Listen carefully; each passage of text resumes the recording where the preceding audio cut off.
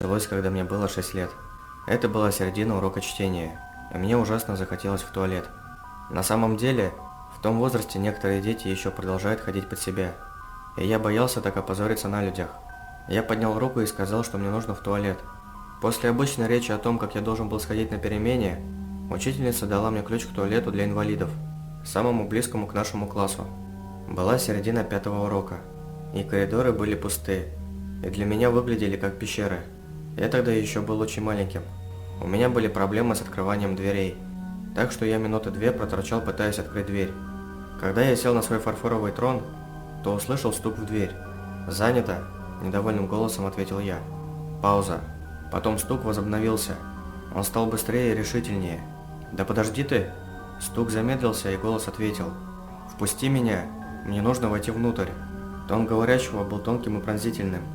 Говорил незнакомый мне взрослый. Пусть мне и было 6, но я имел неплохое представление о правилах посещения туалета. Главным было, в месте, которое чуть больше шкафа, не должно быть 2 людей одновременно. «Уходи!» Стук вновь усилился, превратившись в неистовый барабанный ритм. Стучавший, кажется, был всего в паре метров от меня. Я слышал все более и более отчаянные крики. «Впусти меня! Просто открой дверь, пожалуйста!» Тогда я испугался. Стук и крик были такими громкими, и никто не приходил спасти меня.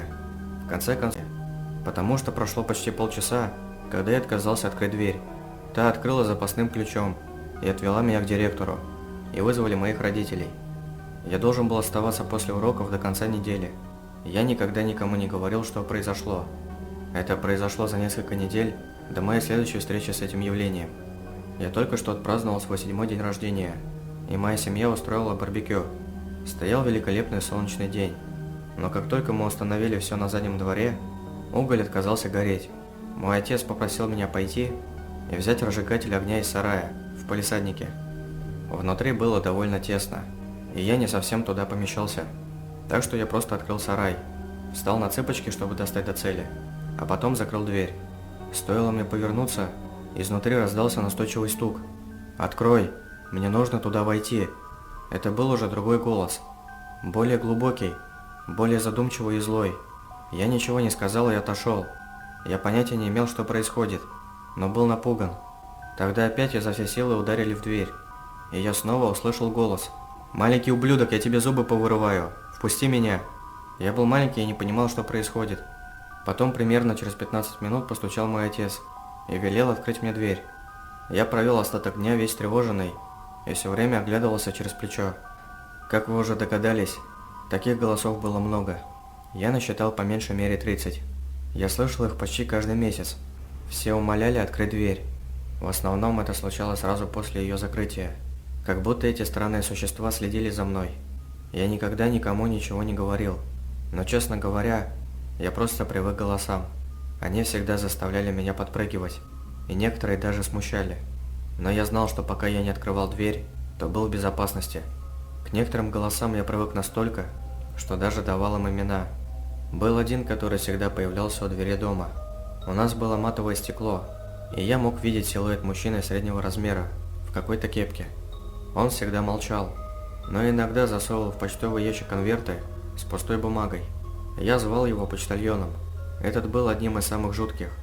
Если я пытался поговорить с ним, существо резко поднимало голову вверх, а потом начинало стучать. Я вообще решил не обращать на почтальона внимания. Прошло 20 лет. Я сохранил столько нормальности, сколько возможно. У меня было много друзей, и даже кое-какие отношения с девушкой, с которой я встречался в прошлом году. Неплохо для парня, который просыпался в середине ночи и внимательно слушает, не стучатся ли в дверь. Мои друзья считали меня немного странным, но мирились с этим. Они отличные парни. Я буду скучать по ним. Понимаете, вещи начали становиться страннее. Ну, вернее, страннее, чем обычно. 3 недели назад я проснулся в холодном поту, хотя сам не знаю почему. Насколько я помню, сон был нормальным, когда над всем резко нависла огромная тень. Буквально после того, как я второй раз открыл глаза, ко мне в спальню постучались. Но ненормально. Это был поистине безумный стук. «Кто там?» – закричал я. «Пожалуйста, помоги нам», – ответил некто. Я был удивлен. Это был садистский сердитый голос, как на том моем дне рождения, но он оказался по-настоящему искренним. Чувствовался также отголосок боли, словно говорящий был тяжело ранен. Я на самом деле хотел встать, но я колебался. Меня никогда раньше не искушали таким образом, всего лишь на открытии двери. Я был как ребенок. У меня в голове застряло одно: что бы за дверью ни находилось, этому должно было быть разумное объяснение. Честно говоря, я в то утро был очень близок к открытию двери, но в конце концов удержался. Через 2 дня я зашел в местный магазинчик. Я только заплатил за бутылку молока и газету, когда кто-то сильно ударился о дверь. Одновременно послышался длинный плачущий визг боли. Я повернулся к двери, но на стекле было расклеено столько рекламных бумажек, что я разглядел лишь силуэт женщины, стучавшей по стеклу ладонями. Продавец смотрел на меня как на сумасшедшего. В конце концов я спросил, есть ли здесь туалет, и прятался там 10 минут, пока крик не прекратился. Так повторялось еще 4 раза. Я слышал смесь криков и слезных призывов.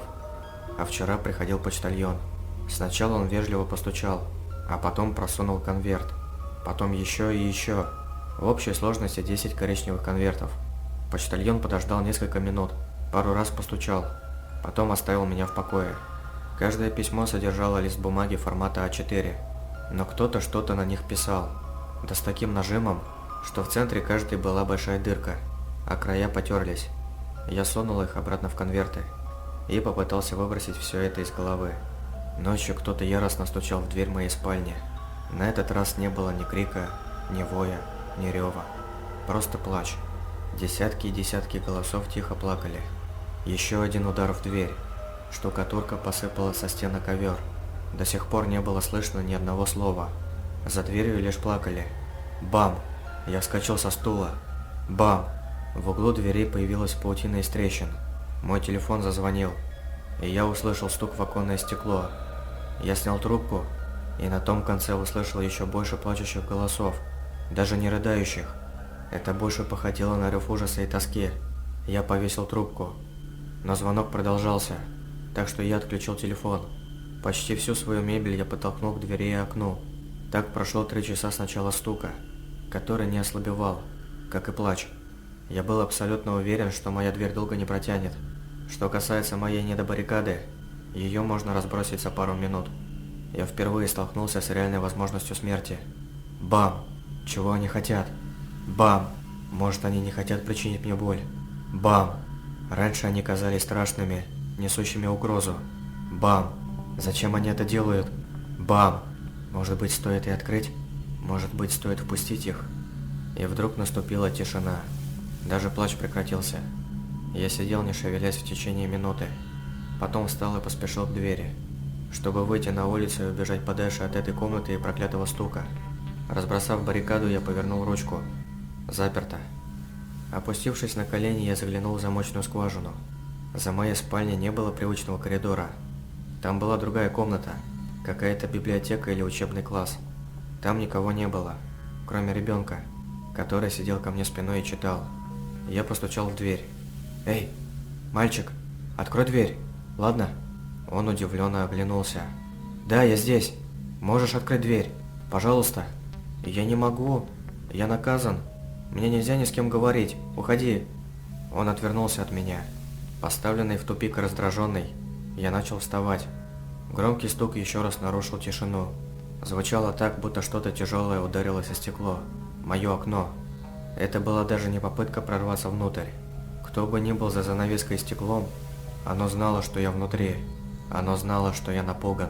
И оно хотело, чтобы я боялся. Я прильнул к двери и начал отчаянно бить по ней кулаками. «Эй, впусти меня! Мне правда нужно, чтобы ты открыл дверь!»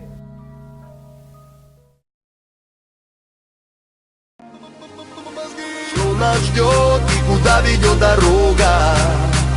От Бога или Гогу? Что нас ждет, кто об этом знает? Пока они едут за нами, что нас ждет и куда ведет дорога?